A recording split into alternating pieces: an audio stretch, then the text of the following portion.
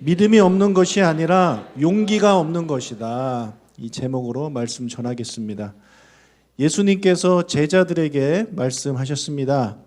제자들에게 하신 말씀이기 때문에 바로 저와 여러분, 우리에게 하신 말씀입니다. 모든 말씀이 다 중요하지만 특별히 제자들에게 하신 말씀, 우리한테 하신 말씀은 우리가 더 신경 써서 봐야 하겠습니다. 1절을 읽겠습니다.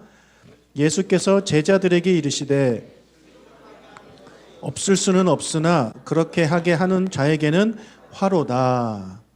남을 실족하게 하는 자에게는 화가 있다라고 예수님이 말씀합니다. 실족하게 한다는 게 무슨 말이냐?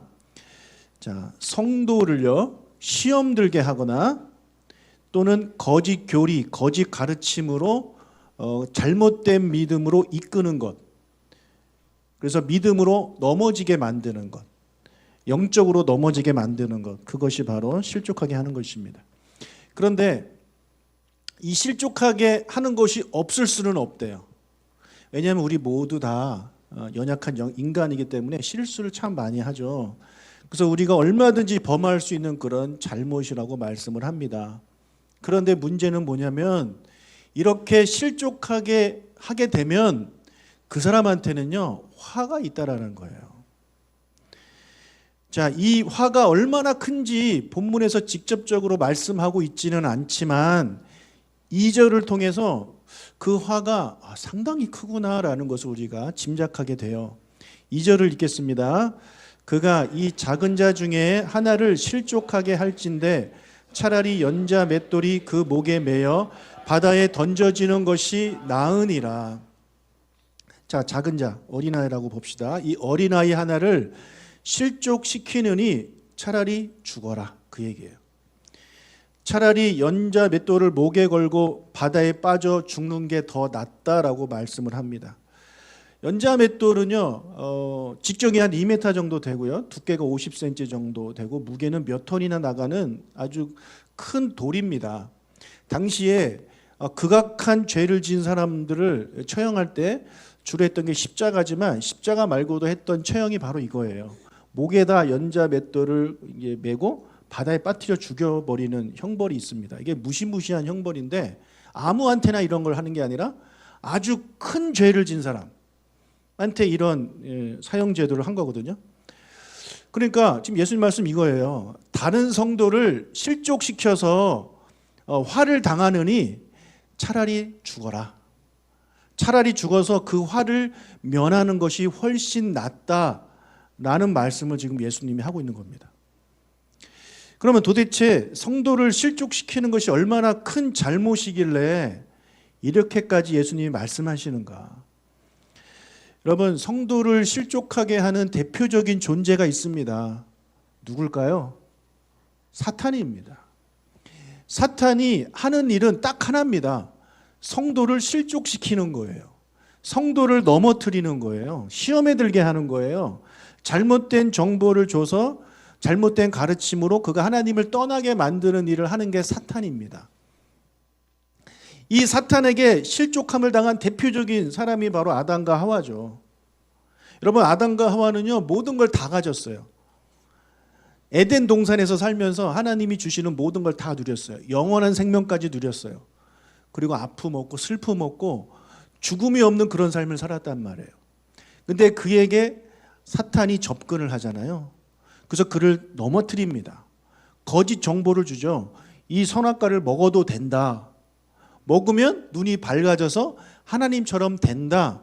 이런 거짓 가르침을 줍니다. 이단들이 하는 게 그런 짓 아닙니까? 그래서 거짓 가르침을 줘가지고 그가 넘어지게 됐어요.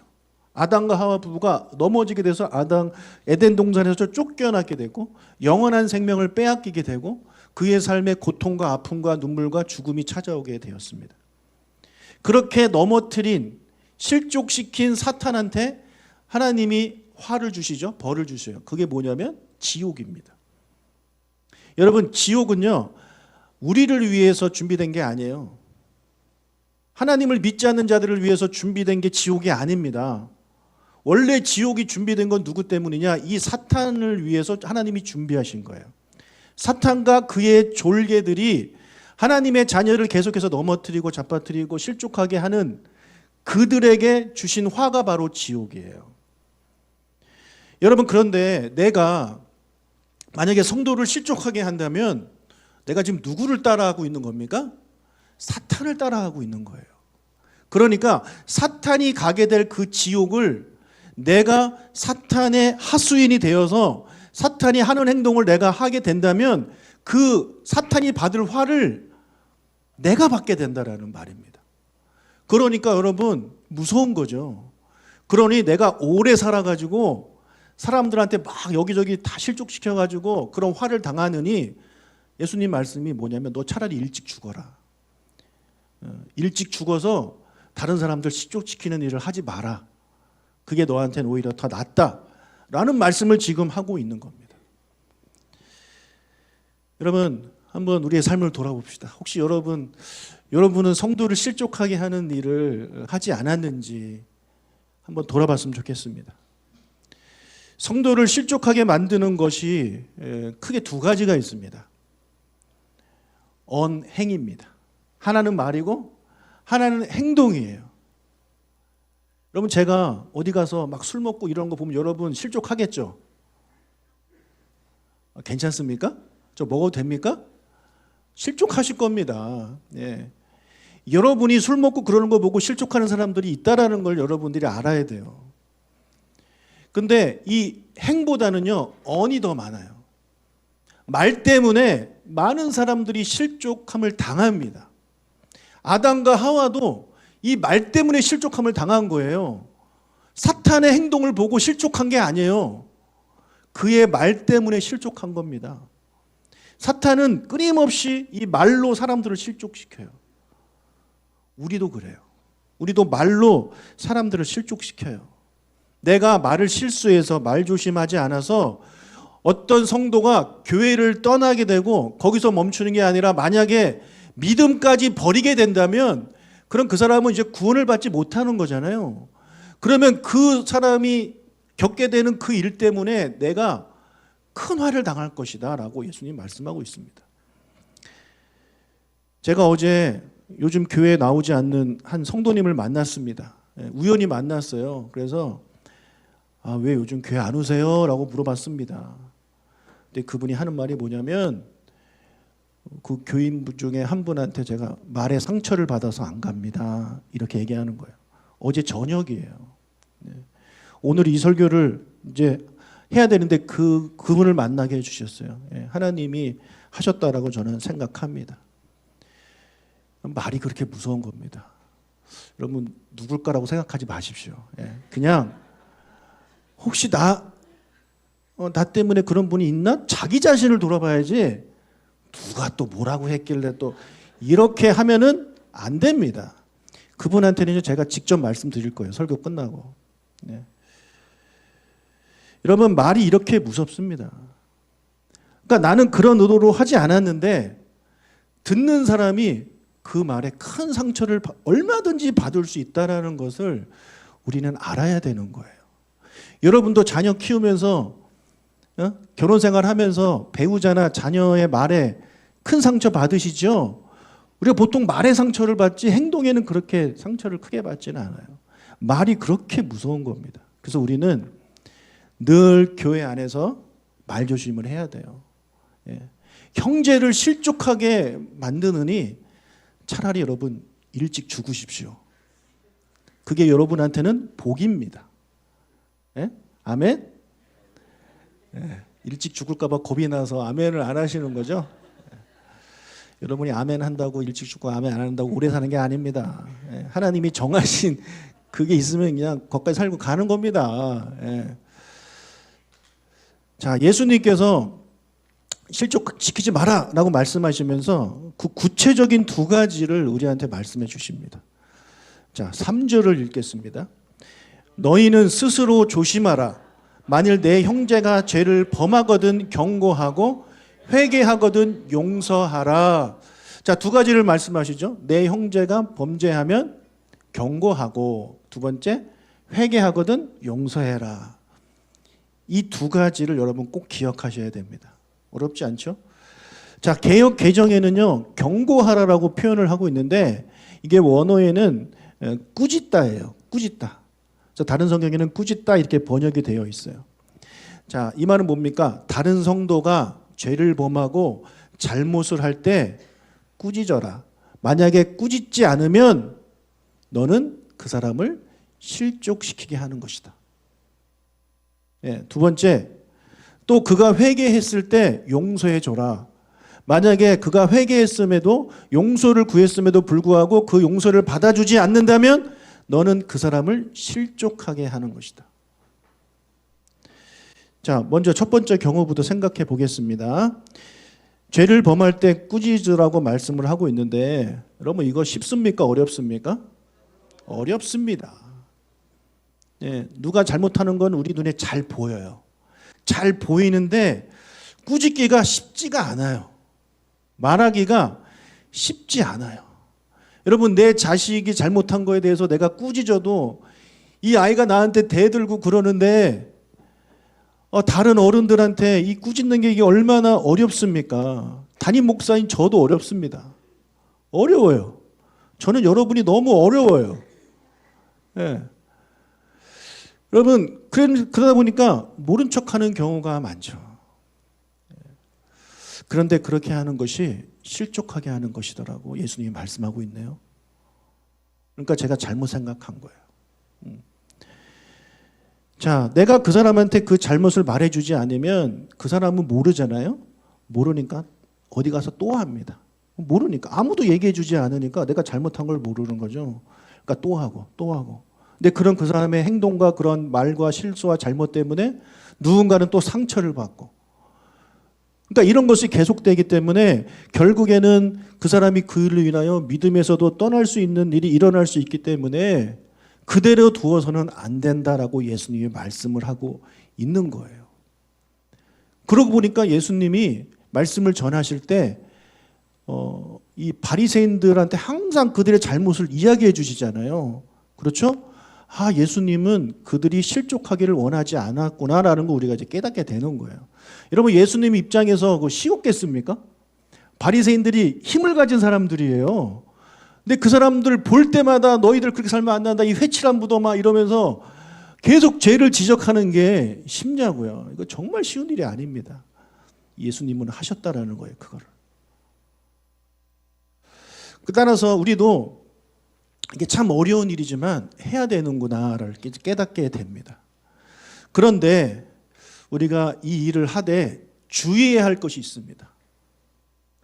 남의 잘못을 지적하고 충고할 때는요, 반드시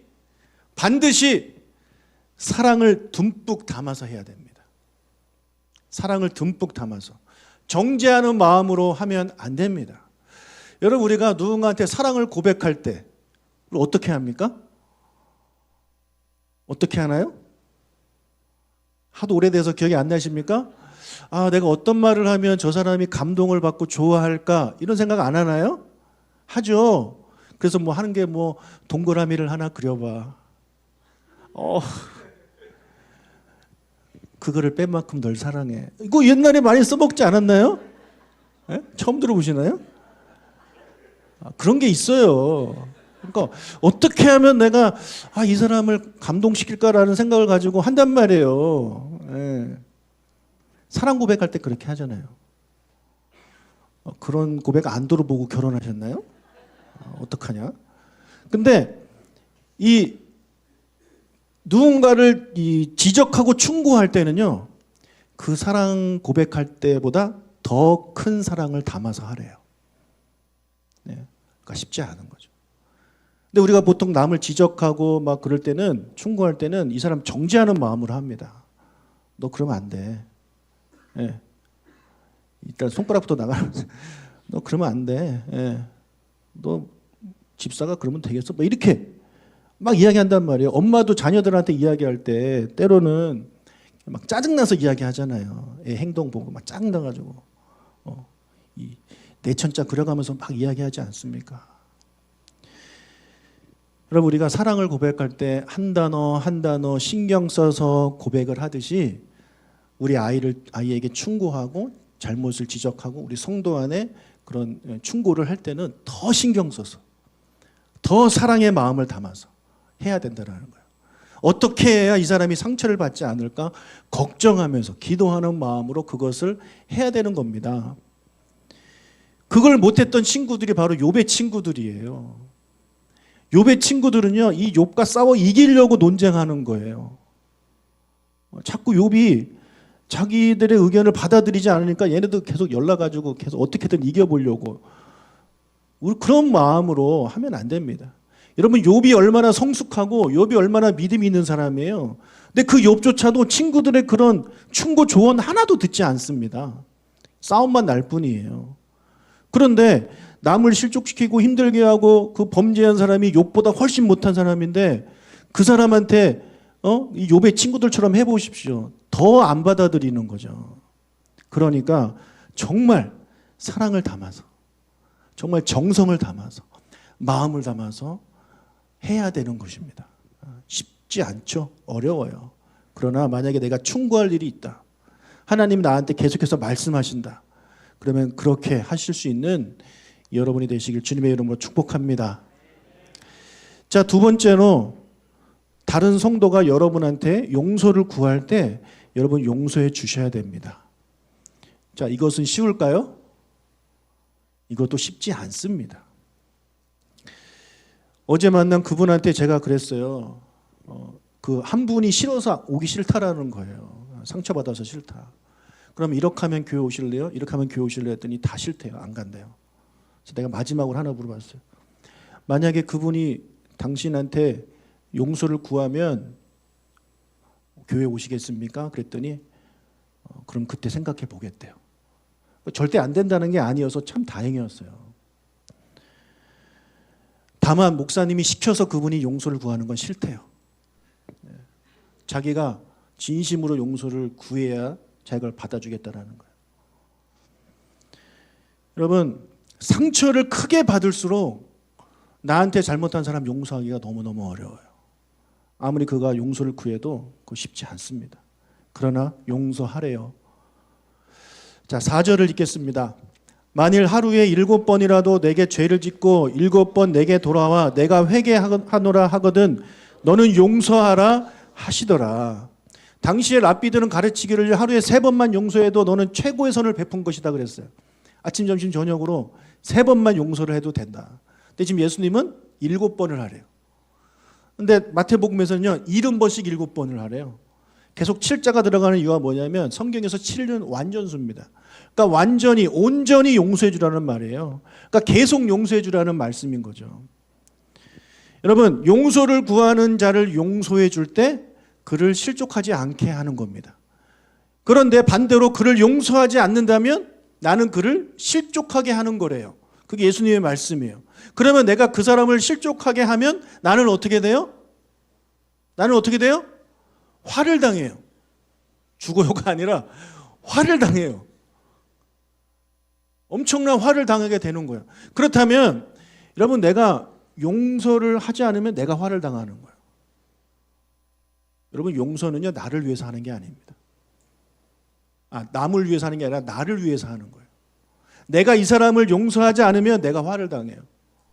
그런데 내가 이 사람을 용서하면 이 사람은 내가 실족시키지 않게 되는 거기 때문에 화가 나한테 임하지 않아요. 여러분, 용서는요 여러분을 위해서 하는 겁니다. 누가 용서를 구할 때 받아주세요. 받아주세요. 그게 여러분을 위한 거예요. 용서가 얼마나 중요한지 우리 아까 주기도문 했지만 얼마나 깁니까? 그 주기도문에서 용서에 대한 부분만 길어요. 다른 부분들은 다 짧아요. 그렇죠? 일용할 양식을 주시옵고 시험에 들게 하지 마시옵고 악에서 구하시고 짧잖아요. 근데 용서 부분은 길잖아요. 그죠? 나 처음부터 안 하면 이게 좀 헷갈립니다. 우리가 우리에게 죄 지은 자를 사하여 준 것 같이 우리의 죄를 사하여 주십시오. 길잖아요. 그죠? 왜요? 용서가 그만큼 중요하기 때문에 예수님이 주기도문에 그 긴 그걸 할애해서 넣으신 거예요. 여러분, 용서하십시오. 예, 누군가가 용서를 구한다면 용서해 주세요. 반대로 여러분이 용서를 구하는 입장이 될 수 있습니다. 그때 용서를 구할 때 우리가 주의할 것이 있습니다. 이유를 대면 안 됩니다. 그냥 미안해 하면 돼요. 근데 자꾸 이유를 대면 뭐가 되는 거예요? 핑계가 되는 겁니다. 여러분, 우리가 누군가한테 사랑을 고백할 때 이유를 대나요? 나는 너를 사랑하는데 너를 사랑하는 이유는 너가 옆집 여자보다 더 이쁘고 옆집 여자보다 더 돈이 많고 더 똑똑하고 키도 크고 뭐 이래서 너를 좋아해 사랑해 하면 여러분 듣는 사람 입장에서 좀 기분이 좋습니까? 좀 비교되는 것 같지 않나요? 근데 여자들은 자꾸 알고 싶어 하죠. 오빠 나 왜 좋아해? 왜 나를 좋아하게 됐어? 막 궁금하잖아요. 그냥 좋은 겁니다. 그냥. 왜 자꾸 이유를 알려고 합니까? 그것도 연애 초에나 그게 통하지. 같이 산 지 10년, 20년 됐는데 나 왜 좋아? 이러면은 기억도 안 납니다. 그냥 좋은 거예요. 그냥. 그래야 안 그래요.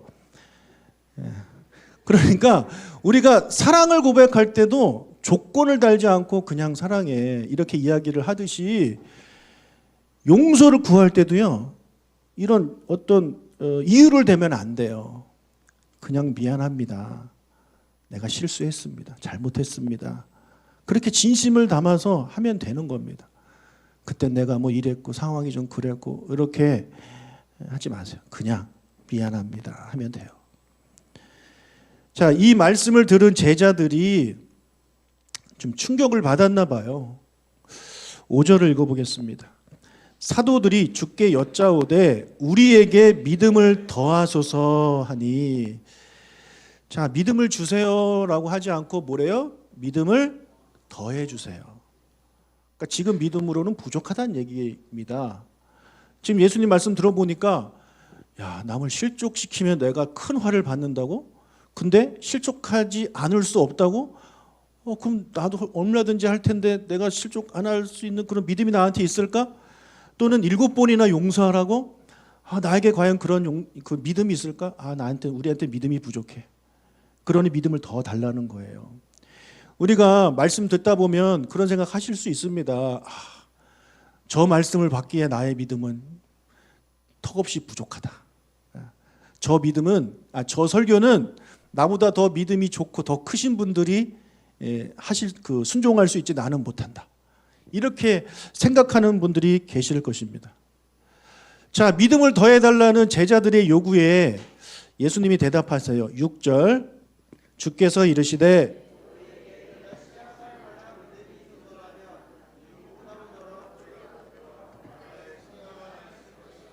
그것이 너희에게 순종하였으리라.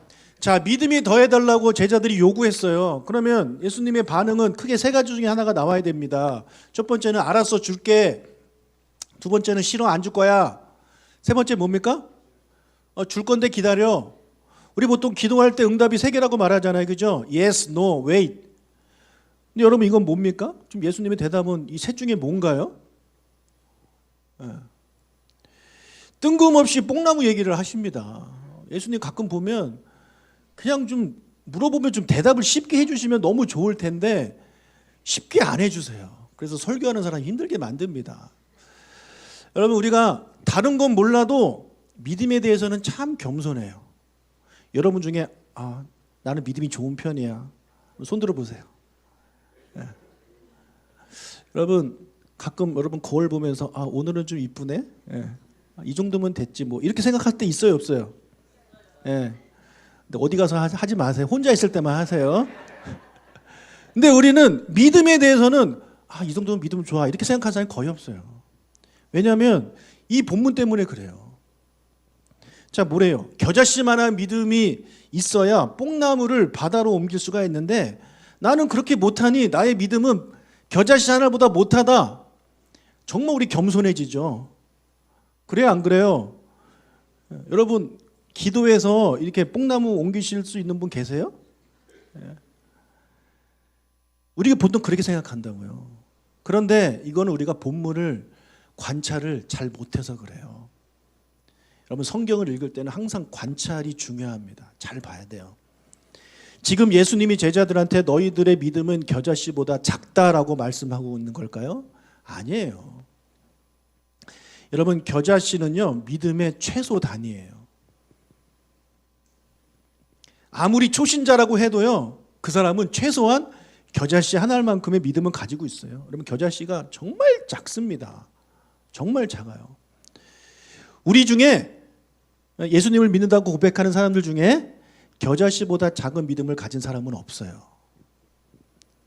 그렇다면 목사님, 왜 나는 뽕나무를 옮길 수 없습니까? 라고 생각할 겁니다. 자, 6절을 한번 자세히 봅시다. 여러분, 우리 문장을 보면요, 지금 6절 같은 경우에는 조건절이 있고 주절이 있어요. 조건절이 있고 주절이 있어요. 자, 조건절은 뭐냐면 너희에게 겨자씨 한 알만한 믿음이 있다면이에요. 이게 조건절이에요. 그 다음에 이제 주절은 이 뽕나무더러 뿌리가 뽑혀 바다에 심기어라 하였을 것이다. 그럼 문장에서요, 이 조건절과 주절에서 뭐가 더 중요하냐면 주절이 더 중요합니다. 주절도 길잖아요. 길인데 이 주절에서 가장 중요한 게 뭐냐면 주어 동사입니다. 주어와 동사를 찾아내야 돼요. 그러면 6절에 나오는 주절에서 주어가 뭘까요? 예? 너희가죠. 너희가. 근데 있어요? 없어요. 우리 한글 성경에는요, 이 주어를 빼버렸어요. 해석을 안 하고 그냥 빼버렸어요. 근데 영어 성경, 원어 성경에는요, 주어가 있어요. 바로 너희가예요. 너희가. 그러면 본동사, 주동사는 뭘까요? 너 혼자 대답 다 하지 마. 하였을 것이다. 하였을 것이다. 근데 하였을 것이다가 뭘까요? 정확히 뭘까요? 말하였을 것이다. 말하였을 것이다. 너희는 말할 수 있다. 이것을 영어 성경으로 보면 You can say. 뭐라고요? You can say. 너는 말할 수 있다라는 거예요. 조건이 뭐예요? 너에게 겨자씨만한 한 알만한 믿음이 있으면 You can say. 너는 말할 수 있다. 근데 우리는 이걸 어떻게 해석하냐면, 어떻게 보냐면 You can move로 봅니다. 너는 옮길 수 있다. 아니에요. 여러분 옮길 수 없어요. 예. 옮길 수 있는 분은 누구예요?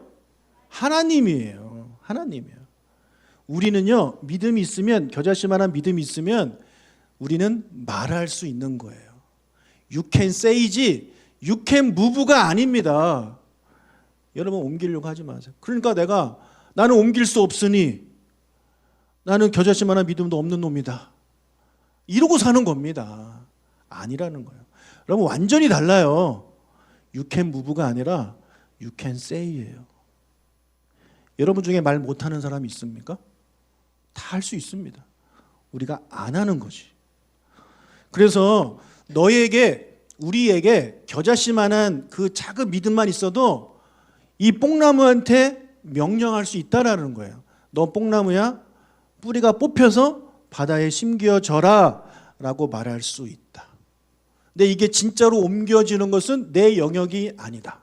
이것은 하나님의 영역이다. 하나님의 영역은 우리가 침범할 필요가 없습니다. 그냥 나는 말만 하면 되는 거예요. 어렵지 않습니다. 어렵지 않은 거예요. 자, 그런데 왜 우리는 안 하고 있을까요? 믿음이 없어서가 아니라 용기가 없어서 못하는 거예요. 용기가 없어서 못하는 거예요. 그 할 수 있는 그 용기가 없는 거예요. 여러분, 말하라는 것은요, 기도하라는 게 아닙니다. 기도라고 보십니까, 저게? 예, 기도가 아니에요. 여기서 말하라는 것은요, 선포하는 거예요. 어떤 대상한테 선포하는 거예요. 기도는 아버지한테 하는 거고. 그래서 지금 예수님이 가르쳐 주잖아요. 뽕나무한테 선포하는 거예요. 뽕나무 너 저리로 가. 하나님 이 뽕나무 옮겨주세요. 이건 뭐예요? 기도죠. 근데 예수님이 우리한테 지금 가르쳐 주고 있는 거는 기도하지 말고 뭐래요? 뽕나무한테 선포하래요. 우리가 기도는 잘합니다. 대충이라도 합니다. 기도가 뭔지를 대충 이해는 하시잖아요. 그래서 어려운 일 생기면 누구나 다 기도하잖아요. 심지어 믿지 않는 사람들도요 기도합니다. 예, 절에 가서도 기도하고 뭐 아무튼 기도는 잘해요. 부탁은 잘한단 말이에요. 근데 왜요? 웃겼나요? 예. 여러분 근데 이제는 여러분 기도만 하실 게 아니라 모두 해라 선포도 하시길 바랍니다. 따라합시다. 기도만 하지 말고 선포도 하자. 예. 자, 예수님이 귀신 들린 자를 위해서 귀신 들린 사람에서 귀신을 쫓아내실 때 기도하지 않았어요. 귀신아 나가라 이렇게 명령하셨다고. 이게 선포예요. 자, 베드로가 미문 앞에 앉아 있는 안진뱅이를 고쳐줬잖아요. 그때 그가 하나님 이 안진병자 일어나 걷게 해주세요 라고 기도하지 않았어요. 뭐라 그랬어요? 나는 은과 금이 없지만 내게 있는 거 내게 주겠다. 일어나 곧 걸어라. 이게 선포입니다. 근데 우리는 맨날 기도만 해요. 하나님 도와주세요. 하나님 도와주세요. 한 번만 도와주세요. 딱 한 번만 도와주세요. 뭐 이렇게 기도만 하고 있습니다. 기도를 하지 말라는 건 아니에요. 기도도 하세요. 베드로도 지금 기도하러 성전에 가고 있는 중에 그 일을 한 거 아닙니까? 기도는 당연히 해야 돼요. 근데 기도 못지않게 중요한 게 바로 선포예요. 근데 우리는 선포를 잘 안 해요. 여러분 질병이 있을 때 우리 보통 기도합니다. 기도 요청하죠. 그러나 여러분 기도만 하지 마시고 선포하세요. 여러분 안에 암덩이가 있습니까? 암세포가 있습니까? 선포하세요. 오늘 본문을 가지고 한번 적용을 해보겠습니다. 내 몸에 있는 암세포야 뿌리가 뽑혀서 저 바다로 가라. 선포하시면 돼요. 여러분 이때 소리 지를 필요 없습니다. 그냥 이야기하면 돼요. 뽑혀서 바다로 갈지어다 뭐 이렇게 뭐 안 해도 됩니다. 근데 저는 여러분한테 뭐 기도하고 선포할 때 약간 좀 그런 게 좀 있어요. 왜냐하면 여러분은 그런 걸 원하거든. 목사님이 그냥 암세포가 떠나갈지어다 하면은 아 목사님 힘이 없냐 이렇게 생각하는데 그때 한번 지어다 한번 해주면 또 아멘도 크게 나오고 그러니까 제가 그렇게 하는 거지.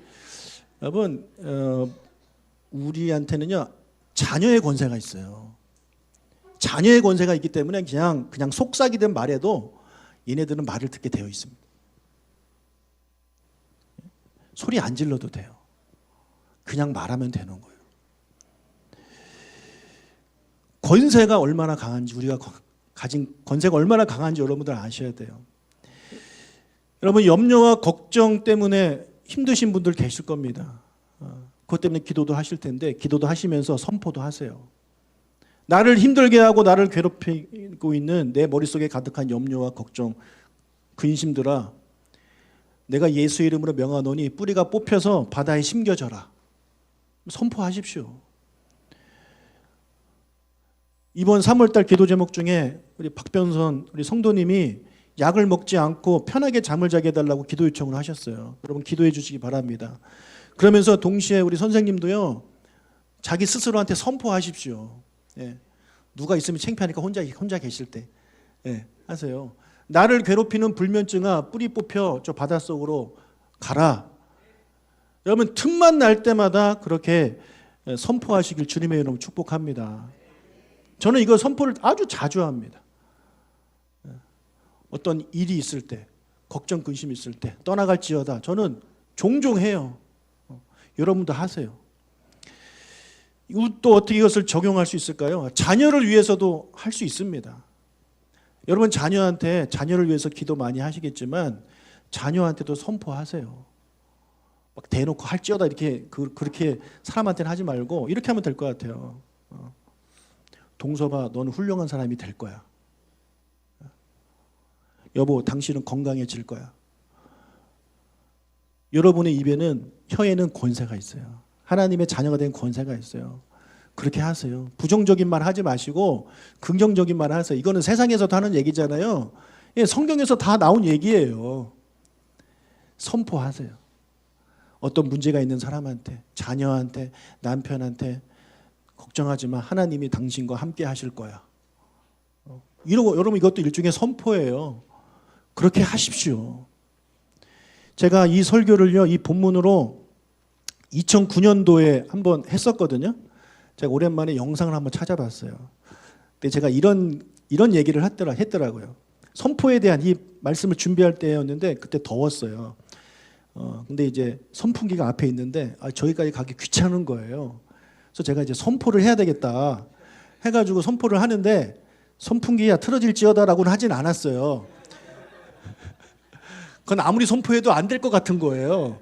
그래서 제가 어떻게 선포했냐면 희원아 너는 가서 선풍기를 켤지어다 이렇게 선포를 했어요. 근데 그때 희원이가 만 3살이 안 된 애였어요. 근데 걔가 아멘 하고 가서 켰어요. 정말이에요. 이건 제가 이 MSG 뿌린 게 아니라 진짜 그렇게 했어요. 그래서 제가 놀랐어. 되네? 선포하니까 되네? 다시 방에 들어갔어요. 방에 들어가서 설교 수정하고 있는데 또 희원이가 이제 아장아장 들어오더니 먹던 하드를 다 먹고 그 스틱을 침대 위에 딱 버린 거예요. 그래서 내가 희원이 너 저 스틱을 쓰레기통에 버릴지어다. 근데 얘가 안 해요. 그래서 버릴지어다 이렇게 한번 해보면 안 해요. 버릴지어다 해도 안 해요. 얘가 희원이가 아버지 한 번만 하세요라는 표정으로 저를 보는 것 같아요. 근데 계속했는데 안 되더라고요. 저는 이거 돼야 돼요. 그래야 제가 설교할 때 써먹어야 되니까. 그래서 계속했는데 안 하니까 옆에서 지켜보던 한결이가 그거를 버렸어요. 예. 어쨌든 됐잖아요. 예. 문제 해결되면 된 거 아닙니까? 그러면 제가 지금 농담 삼아 말씀을 드렸는데요. 여러분의 삶 가운데 뭐든지 좋아요. 한번 선포를 해보세요. 무슨 일이 있을 때마다 하나님 도와주세요. 이거 하지 말고 물론 그런 기도도 해야 되지만 여러분에게 주신 권세를 쓰시라고요.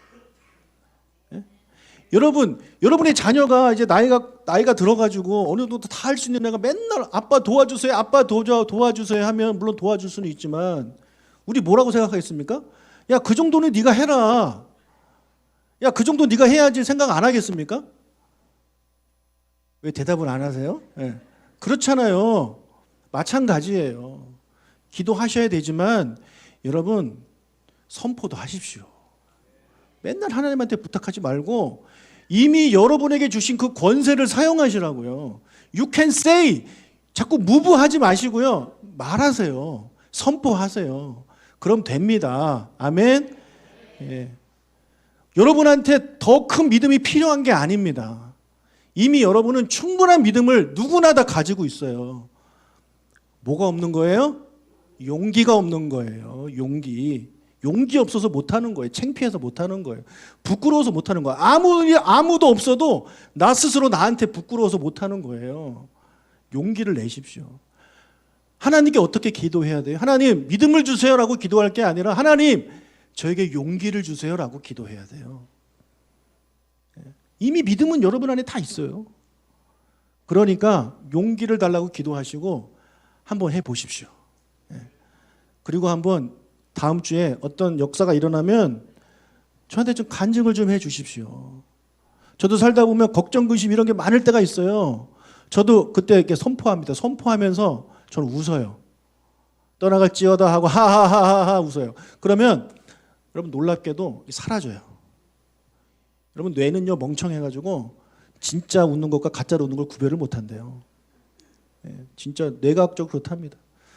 그래서 그냥 기뻐합니다. 근데 어느 날은요, 그 짜증나고 막 그런데 그거 하고 싶지 않을 때가 있어요. 나 계속 짜증날래. 막 그런 때가 있어요. 그러면 옆에서 우리 집사람이 그래요. 여보, 선포하고 웃어. 근데 그 싫을 때가 있어. 싫어. 냅둬. 막 짜증낼 거야. 나 짜증낼 거야. 막 이럴 때가 있단 말이에요. 여러분, 저만 그런가요? 해결책을 알고 있음에도 막 하기 싫은 게 있어요. 그때는 아내가 저한테 선포해줘야 돼요. 오요하는 정신 차릴지어다 하고 이렇게 선포를 해줘야 되는데 안 해주더라고요. 여러분 서로에게 선포해 주세요. 여러분의 혀에는, 입에는, 말에는 권세가 있습니다. 능력이 있습니다. 아멘. 우리 옆 사람하고 이렇게 인사합시다. 선포하는 삶을 삽시다. 네. 우리 이 시간 한번 연습해 보겠습니다. 옆 사람에 있는 사람한테 당신 지금 뭐가 없어졌으면 좋겠습니까? 물어보시고 간단하게 물어보시고 그거 있다면 그거 떠나가라고 선포 한번 해주십시오. 자, 30초 드리겠습니다. 혹시 걱정, 근심, 질병, 바이러스, 뭐 문제 이런 게 있습니까? 나눠주시고 뿌리가 뽑혀 바다로 던져질지어다. 던져져라. 가라. 이렇게 하십시오. 아멘. 자, 기도하겠습니다.